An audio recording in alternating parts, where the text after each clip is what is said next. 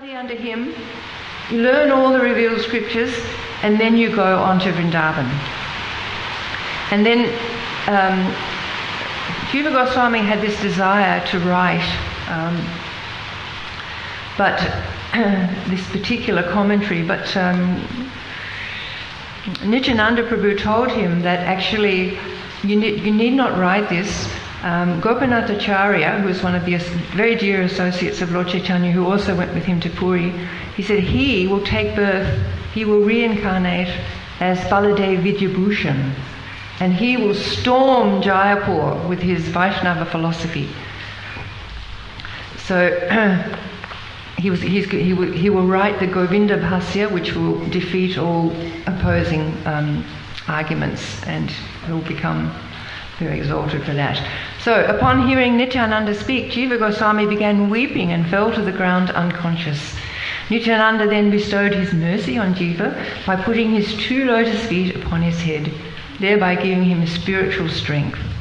Jiva then began dancing in that assembly of Vaishnavas while chanting Jai Shri Gauranga, Jai Nityananda Rai. Witnessing this display of Nityananda's mercy, Srivas Thakur and the other devotees present all began dancing and chanting Shri Gauranga Nityananda.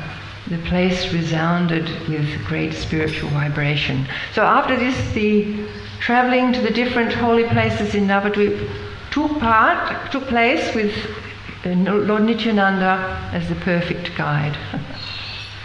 So at one stage, near the end of this journey, Sri Jiva Goswami spoke to Nityananda. He had some questions. So he said, Navadvip and Vrindavan are one principle.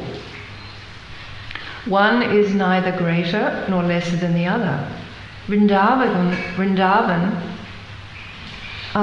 This is actually Lord Nityananda's answer. So Jiva asked, why should people make all the trouble to go to Vrindavan when Navadvip is the same, or why should people make the trouble to go to Navadvip when Vrindavan's the same?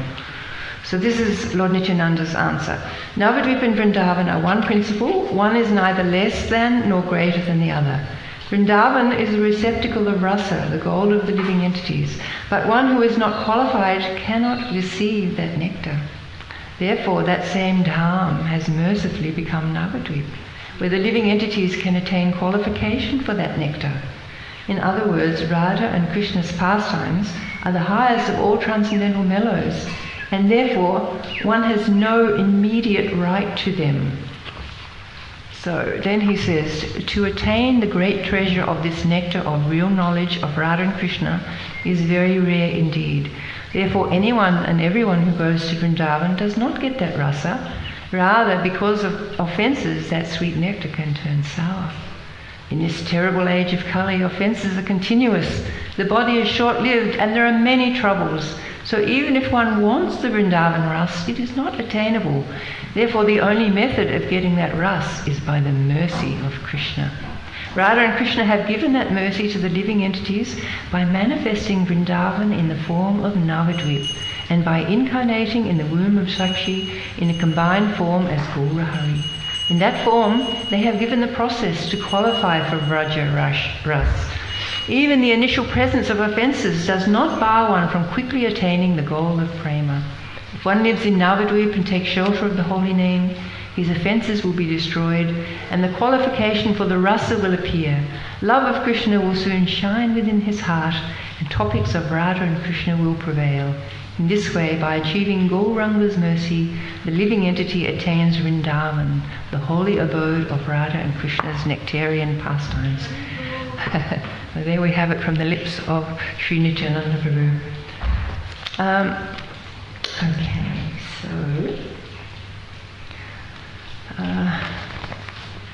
So Sri Jiva Goswami walked to Vrindavan, and after he'd become a very thorough and well-rounded scholar in Varanasi and had understood all aspects of Vaishnava philosophy. So he already gained, from his scholarship, a reputation as a great scholar. And when he went to Sri Vrindavan Dham, of course his uncles very lovingly and happily embraced him and took him amongst them. And there were many other wonderful Vaishnavas, Krishnadas Kaviraj, Raghunath Das, they were all there. And they were all very loving and kind, as is the mood of these great Vaishnavas towards Srila Jiva Goswami. So after some time, Srila Jiva Goswami approached his uncle Sanatan for Diksha. But Srila Sanatan Goswami advised him to go to Sri Rupa Goswami. So he went to Sri Rupa Goswami and asked, can I take initiation? And Sri Rupa Goswami actually said, well, we shall see. And he gave him various menial tasks to perform for some time. And Sri Jiva Goswami very happily performed those tasks. So Rupa Goswami became very pleased with him and he initiated him.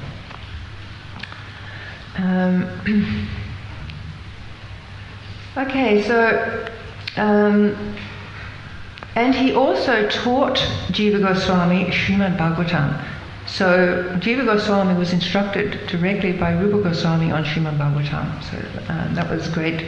It was a very wonderful nectarian time for Sri Jiva Goswami. So at one stage, a traveling scholar in those days, of course now our famous people are sportsmen or movie stars, or in those days a famous person was a very good philosopher. So there was a traveling, people used to travel and debate, and if someone won many debates they became quite famous as a scholar. So there was one scholar who was like the most famous in India. He was called Rup Narayan Saraswati, and they got a title of Digvijay because they defeated everybody, so they were victorious over everybody. So this Rup Narayan Saraswati came to Vrindavan, and of course Rupa Goswami and Sanatan Goswami were known as eminent scholars all over the north of India. So then when Rup Narayan Saraswati challenged them to a debate, they were not interested. So they just said, oh, no, we don't want to, it's okay, we don't want to debate you. And he said, but you're supposed to be the most famous people, you're fraudulent, if your fame is not actually real fame, if you won't debate with me. And they said, oh no, people exaggerate, we're not actually famous, we're not actually great scholars. Then he said, okay, well, without debating, you're going to sign my Jaya Patra. They had this letter of defeat. Will you sign it? And they signed it. So they were so humble, they didn't want to argue with this arrogant scholar. So they signed, and off he went happily. And then he met Srila Jiva Goswami, their young nephew, on the banks of the Jamuna. And Sri Jiva Goswami was also known as a good scholar, so he thought, well, maybe I should speak with him a little. And when he presented, Rup Narayan Saraswati presented this Jayapatra letter that Rup and Sanatan had signed, Jiva Goswami was like really mad. And he was thinking, these are the greatest scholars and they're the greatest Vaishnavas, and this guy's just an arrogant, mundane scholar, so this can't be. So he challenged him to a debate. And that debate happened, can you just picture it, on the side of the river Jamuna in those days, and everything was very beautiful and peaceful. They spent 7 days debating on the bank of the Jamuna.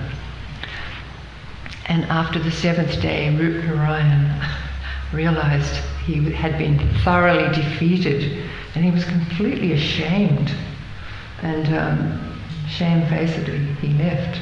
So Srila Jiva Goswami was very pleased, that he'd vindicated his uncles. So he went back to his uncles and told them that, well, actually, I defeated that puffed up scholar, and he was very pleased about it. They could tell that. But Rupa Goswami was said to him, he chastised him quite severely. And he said, you couldn't conquer your pride at being a great scholar, nor your anger. And no one should rejoice in humiliating another person. And he said, you've taken sannyas too early. You don't belong in Vrindavan. You're not worthy to be in Vrindavan. You should go. From this day, you're banished from Vrindavan. So, can you imagine, for Jiva Goswami, it was the most crushing instruction from his guru, whom he loved and served and was only trying to vindicate. So he left in great unhappiness, and he headed towards Mathura, and he came across a tree that was hollowed out. So he actually took up residence in that tree. And he had a very austere regime. He hardly ate. He took a vow of silence because he thought, because of my tongue, I've spoken out. So he took a vow of silence for a year and hardly ate. And he lived in this tree in great separation from his uncles. So at some point after a year or so, Sri Sanatana Goswami came by that area, and the local people were telling him about this sadhu who lives in this tree, and he's very austere, he's very young, and he only cries. His eyes are always full of tears. And Sanatana Goswami realized, oh my gosh, this is our Jiva Goswami. So he went back to see Rupa Goswami. And he said to him that, my dear brother, you are neglecting one of Lord Chaitanya's cardinal instructions. And Rupa Goswami was taken aback because everything he executed perfectly. So he said, you please go through these qualities that Lord Chaitanya wanted. So he was reeling off the different qualities, and he came to Jiva Daya, mercy to the living entities. And Sanatana Goswami said, oh, Jiva Daya, kind to Jiva. So Rupa Goswami then immediately went and he brought back Jiva Goswami. Jiva Goswami was quite sick and very thin, and Rupa Goswami took him in his arms, he took him back to Vrindavan, and he nursed him very lovingly till he was back to full health. And there are various lessons in that, but let's just go on. So he then assisted in Rupa Goswami and Sanatana Goswami in proofreading their books. For instance, Bhakti Rasamrita Sindhu, The Nectar of Devotion, it was he who proofread that. And also Sanatana Goswami gave him books to proofread. And he himself wrote 25 books. 25 books. It's just described that in 1970, Emperor Akbar, the Muslim emperor, came to see him. Jiva Goswami was very, very famous. So he came to see him. And he was actually, when Jiva Goswami was speaking about Krishna consciousness, and when he heard Jiva Goswami speak, he actually had a spiritual revelation, this emperor. So he was so impressed with Jiva Goswami that he could have this spiritual vision, from this incredibly potent Vaishnava sannyasi. So he actually assisted in building the various temples that were being built in Vrindavan. So he assisted in Madan Mohan, Govindadev, Gopinath and Jugal Kishore temple because he just became a well-wisher. So that's pretty amazing. And Rupa Goswami actually gave Jiva Goswami the Radha Damodar deities. So then he had the Radha Damodar temple, the famous Radha Damodar temple where Prabhupada lived for 6 years. He had that built. He supervised the construction. And then he installed Radha Damodar. And all the 6 Goswamis would go to that place to discuss their preaching. They would meet there at Radha Damodar temple to discuss what they should do in their pravachara preaching. And we know that Rupa Goswami and Sanatana Goswami's samadhis are there in Radha Damodar temple. It's a very special holy place. And Srila Prabhupada, in those days when Srila Prabhupada was residing there, there was a window he could look out, and he used to sit and look out at the Goswamis' samadhis and pray, for inspiration. Now they've changed everything. You can't see it actually from Prabhupada's rooms. They renovated a couple of years ago. But previously, you could always look out and see that those beautiful samadhis that so inspired Srila Prabhupada. So he also had a library built because he understood the value of all the Goswamis' books. They were like a treasure. And he wanted to keep them preserved. Now, I don't know, Indradyumna Swami is doing a lot of research from the library. Maybe, these books would be there. So they were first placed in a library by Srila Jiva Goswami. One of his 25 books that he wrote, which I don't know if it's still available, but it's an elaborate description from the Padma Purana of Krishna's lotus feet. A book. And then there's another book on Radharani's lotus feet. But of course his famous ones are the Satsandarbhas and the different, the first one is the Krama Sandarbha, and that is actually an elaborate commentary on all the Srimad Bhagavatam. And then he's done this Tattva Sandarbha, Bhagavat Sandarbha, both of which I studied in Vrindavan like at different years. Satyanarayan Prabhu was doing courses on them, and they're just fantastic. Then the Paramatma Sandarbha, Krishna Sandarbha, Bhakti Sandarbha, and the Priti Sandarbha. So these are very famous, and they're part of what gets studied at that Varanasi, or the main things that get studied at that Varanasi college. He wrote a book on Sanskrit grammar, and Srila Prabhupada says about this book, if you study his Sanskrit grammar, Jiva Goswami's Sanskrit grammar, you simultaneously become a great devotee and a scholar. So, Srila Prabhupada says in the Madhya 1, text 40, in 43, he lists he lists the subjects of this book here. Thank you very much. He lists the subjects of the Gopal Champu. The Gopal Champu, Prabhupada says about the Gopal Champu is the most famous, this is text 44, the most famous and formidable work, transcendental literature, is the book known as Gopal Champu by Jiva Goswami. So what it does, it's kind of like the Krishna book, but it's more. Like everybody loves Krishna book, and you always wish there was more. So it's in here, Gopal Champu. It's so nice. Actually, I was going to read a little bit of it. Yeah, so I will. So this is when Krishna and Balaram go to the forest with the cowherd boys. And it's actually the day when Aghasura came. So Balaram and Krishna were going to go, but Balaram, one of the servants came up and asked Balaram that your uncle is coming to see you on some business, and you have to go visit him. So Krishna, therefore, was going to go out with his friends. So he said to his friends, desiring to play, he said, quickly have your lunch packets containing suitable food tied with a string, prepared for sending to the forest. Our mothers will also send us food through proper persons. Making beneficial arrangements for well-wishing friends, generous Krishna leading the deer calves into the forest.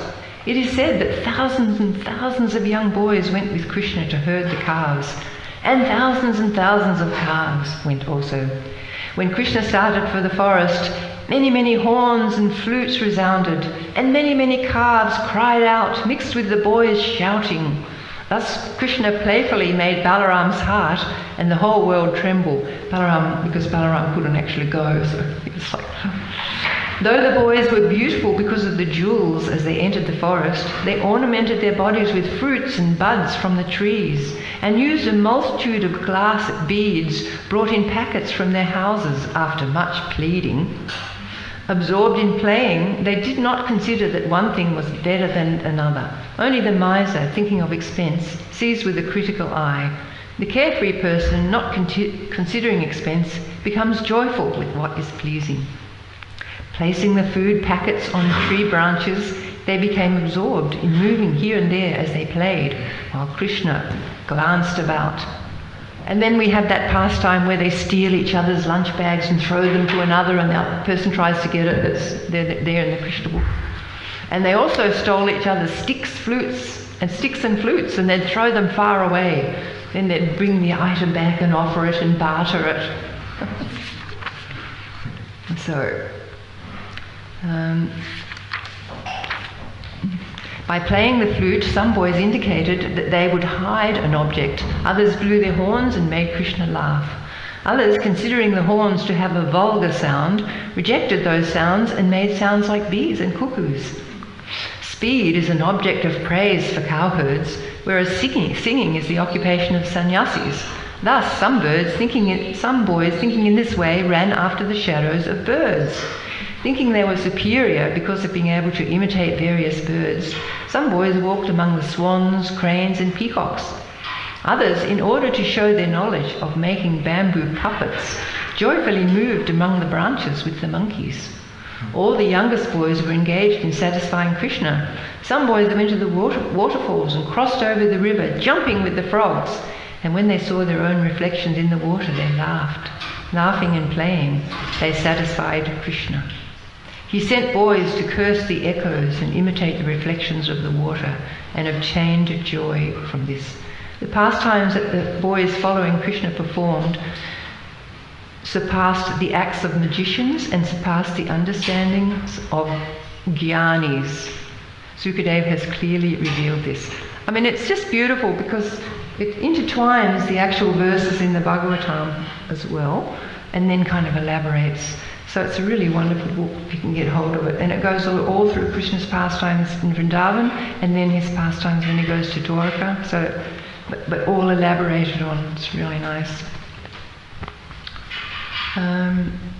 So his writings, when he wrote, in this Gopal Champu, this is a translation, but Bhanu Swami, who translated, says that the songs, the Sanskrit songs that are actually written in the Gopal Champu are very sweet, and they're written with poetic beauty and rhythm, those songs. Of course, translated, one loses that a little bit.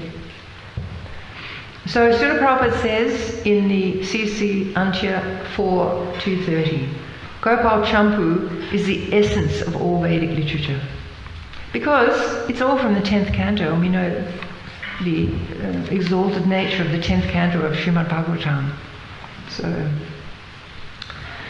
and then he says, Srila Prabhupada says, here Jiva Goswami has exhibited the ecstatic, loving transactions and pastimes of Radha and Krishna in Vrindavan. So there's his endorsement for this book.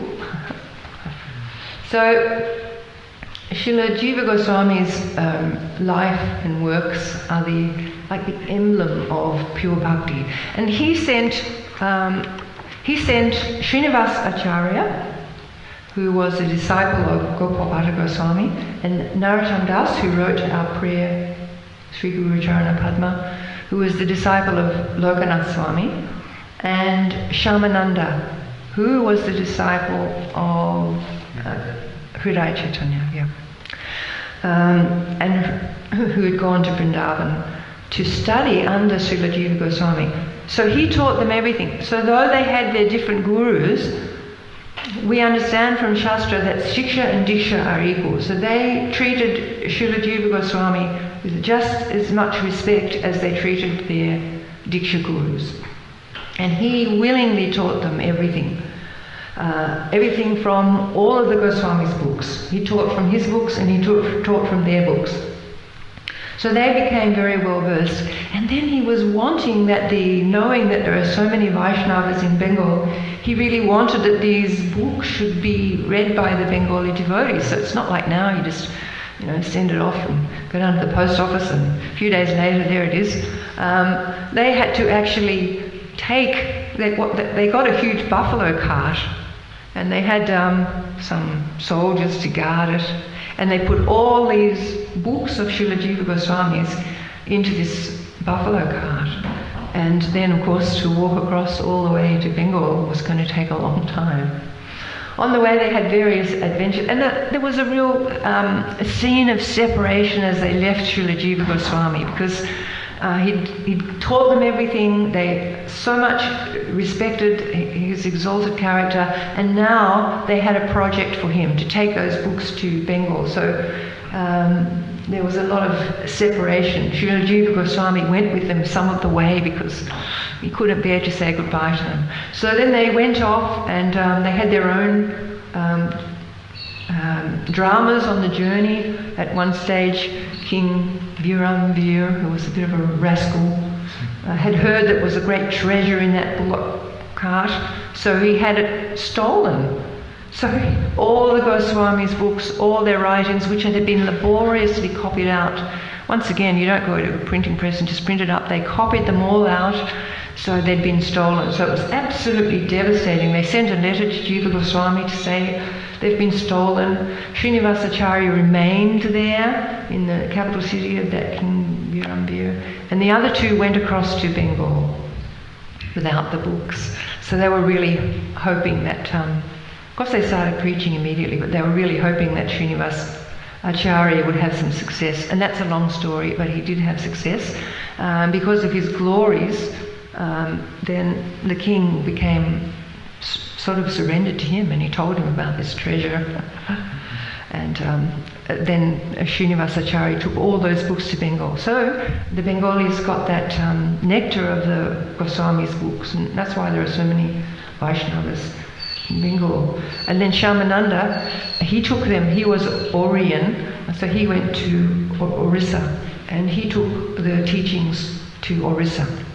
So in this way, you've got many. I lived in Orissa for some years. You've got lots of devotees, of course, the Lord Jagannath devotees, but all around they also, a lot of them worship Lord Chaitanya. So you've got Orissa and Bengal, which were blessed with all these Goswami books, and which, you know, kind of the three of them, Narottam Das, Srinivas and Shamananda, preached like anything there.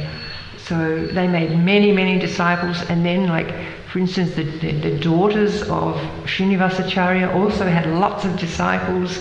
You know, there was just so much preaching going on just from Srila Jiva Goswami sending these devotees to Bengal.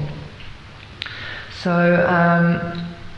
I just wanted to read a little letter, because their communication then with Srila Jiva Goswami when they were in Orissa and Bengal, and remember they loved him and had a wonderful relationship with him, so they would write to him. So there are some letters saved from Srila Jiva Goswami and Sri Srinivasacharya, various letters in the Prema Vilas. This is written by a disciple of Janavamata's son. What's his name? Virabhadra. Yeah, Virabhadra's disciple, Nityananda Prabhu. And he went with Janavamata to Vrindavan and had a wonderful association with the Goswamis. And she asked Rupa Goswami to read the Nectar of Devotion to her, and he did. So at the back of this book there's some letters. So just wanted to finish off with one letter which was written by Srila Jiva Goswami to Srinivasacharya. All glories to the Lord of Vrindavan, my dear friend Srinivasacharya Goswami. He was the one that gave them the names. It was Srinivas, he called him Srinivasacharya. Narottam Das, he named him Thakur Mahashai, and Shamananda Pandit. So they came from Srila Jiva Goswami. You should be giving this class. So, please accept my greetings, blessings and obeisances at your lotus feet. May this auspicious letter meet you in good health. You are full of good qualities. We are happily residing in Vrindavan and are always eager to hear about your good health. We feel disappointed when we do not receive any news from you, so please reply quickly and dispel our anxiety. I received your previous letter and thus came to know that you are lamenting for the disappearance of Gopal Bhatta Goswami. It would have been useful to lament if your lamentation could bring back his departed soul and destroy your grief. O Srinivas, lamentation is unfavourable for the discharge of devotional service to Lord Krishna. It only serves to agitate the mind and senses. Therefore do not lament. Discuss Krishna Katha with Vyasacharya's son, Shyamdas, who is your friend and well-wisher. All atheistic conceptions will be defeated simply by preaching Krishna consciousness. Shyamdas recently came here and took the books Vaishnava Toshani, Durgama Sangamani and Gopal Champu. He will be good association for you. I have already sent you a copy of Harinamamrita Vyakarana. If you wish to go through it, then kindly check it and make corrections if there are any mistakes. When will that day come when I will meditate on you simply by reading your letter? I wish all good and Krishna consciousness for King Virhambir, who became his disciple, his son Harihambir, your son Vrindavan, and all the other devotees there, your well-wisher Shri Jiva. So you can sort of get a sense of that loving relationship. Because all these devotees, they're like filled with praying for Krishna, and they're filled with love for the devotees. So they transmit that, even through their letters. You can sort of feel that beautiful, their beautiful hearts. So,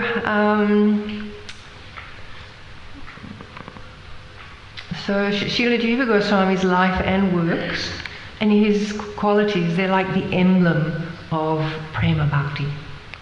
So on these days we can pray to these pure devotees because they're giving extra mercy. This is the day he returned to the spiritual world, to Radha and Krishna, to take up his service again as a manjari.